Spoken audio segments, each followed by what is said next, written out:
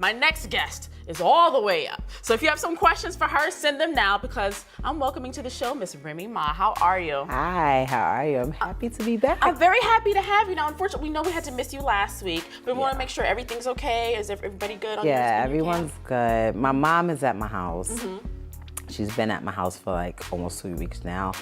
I haven't killed myself. I haven't killed her.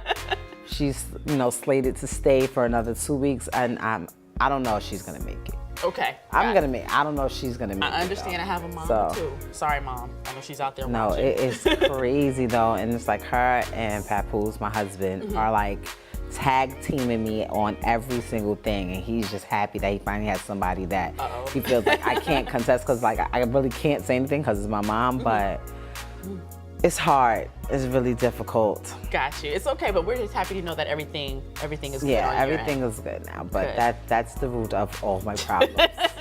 I understand. We can talk more about that off camera, girl, because I totally understand. Now, you also have a new song that just dropped, Cookin', with Fat Joe and French Montana. Yes. And now, as you've evolved as a woman, of course, and grown and matured, has your approach to your creative process changed at all? I don't think so. I just do it. Like, it's kind of, not trying to, bragging, but it's kind of effort. No, that's your talent. That's your skill, girl.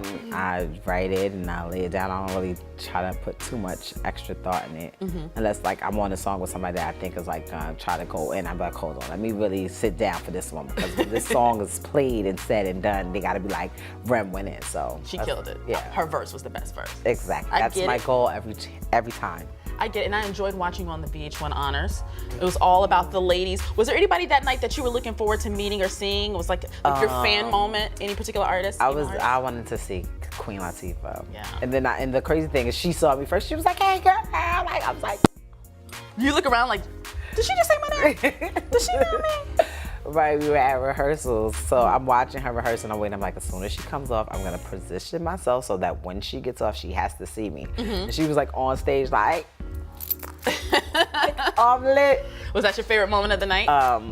Yeah. Well, that and just the actual performance, because when we were rehearsing, I didn't know that I was opening the show.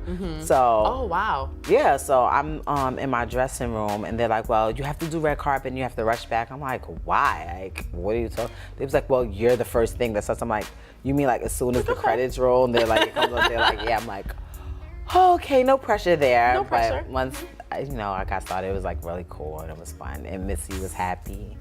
It's like one thing to perform your own song, but when you're performing someone else's song, and they're there, it's just like a little bit and more then pressure. I still couldn't figure out what she says on Work It, which is like, I think everybody's trying to figure that out. We all make up our own words at that part. But I'm like, so y'all not gonna give me the lyrics? Nobody's gonna tell me the words. So y'all just want me to go up there and say what I've been saying for all these years? So is that what you did? It worked. It works. I'm like, it was good. I'm sure no one, I came to the conclusion that I'm sure no one knows what she really says.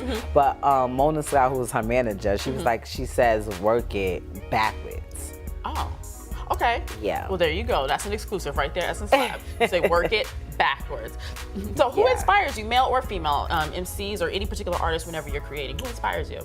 You know what? It changes throughout the years. Like I've always been a fan, of like people like Jay-Z and the Locks and DMX and Mace. Like that's the whole era that I grew up when like I was in junior high school and I was watching them do what they do, like real lyrics and people like with their own individual style. Like if you heard a song, you know if it was DMX, you know if it was Jay, because you know if it was Mace. Like everybody had their own little lane, as opposed to now where it's kind of like everyone sounds the same.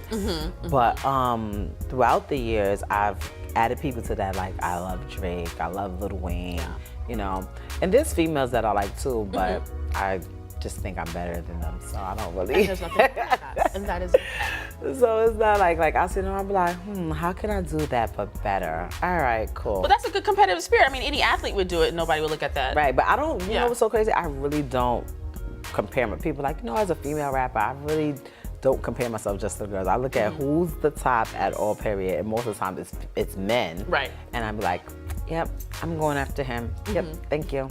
Watch your back. I'm gonna do it.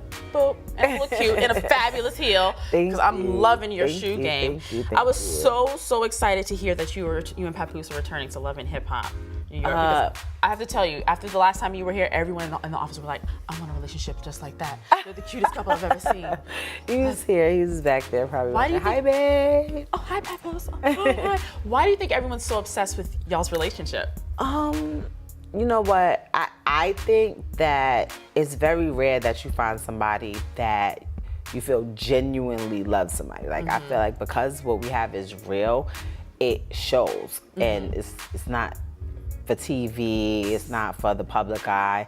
This is just what we do. And a lot of times in our society and our community, it's very rare that you find that type of diehard loyalty and love and support in someone, you know, and he gets, you know, all the praise because, you know, he's the guy and, you know, guys don't do that. Then they're like, but, you know, every now and then I run into somebody that be like, the way you love him is just, I'll be like, thank you. Someone notices that. Exactly. That the ladies, like, hello. I mean, if he waited all these years for me, he said, I gotta be doing something right somewhere along the line. I don't know. You could sell that in a book. You could definitely sell that in a book. Now we have a fan question for you, Kayla. Who do we have, girlfriend?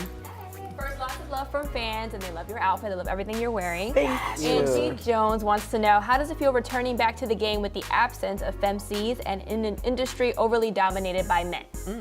I would probably say that with so many men that there are females. It's just we don't really get that light that we need. So I feel like, and you know, no disrespect at all, but what Nicki was doing was amazing. But she was doing it so huge that I feel like it made other females feel like they couldn't compete. Like I used to be sitting there like, so no one's gonna put out any songs, no one's gonna like try to do anything.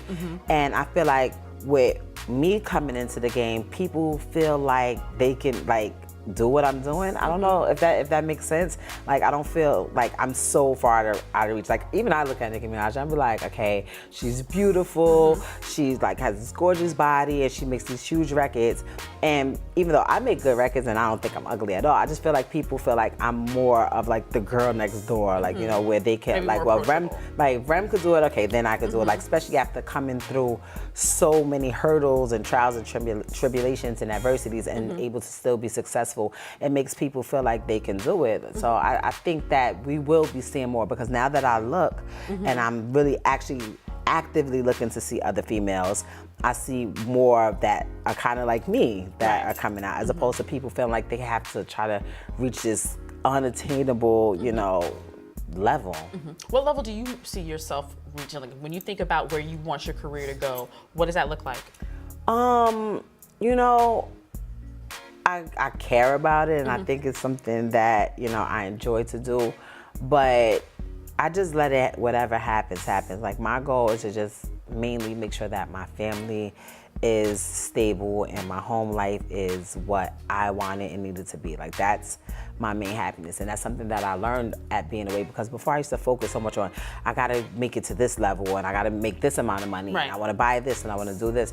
But when I couldn't do anything, those are not the things that I was worried about. Those are not the things I didn't care about my car, I didn't care about my house, my hair, nothing. Like, I cared about my son and my husband and, you know, going to the zoo and going to the park and just doing like normal family things. So, you know, as far as my career, I work on it and I work hard at it, but that's not something that I just put before everything like I used to do.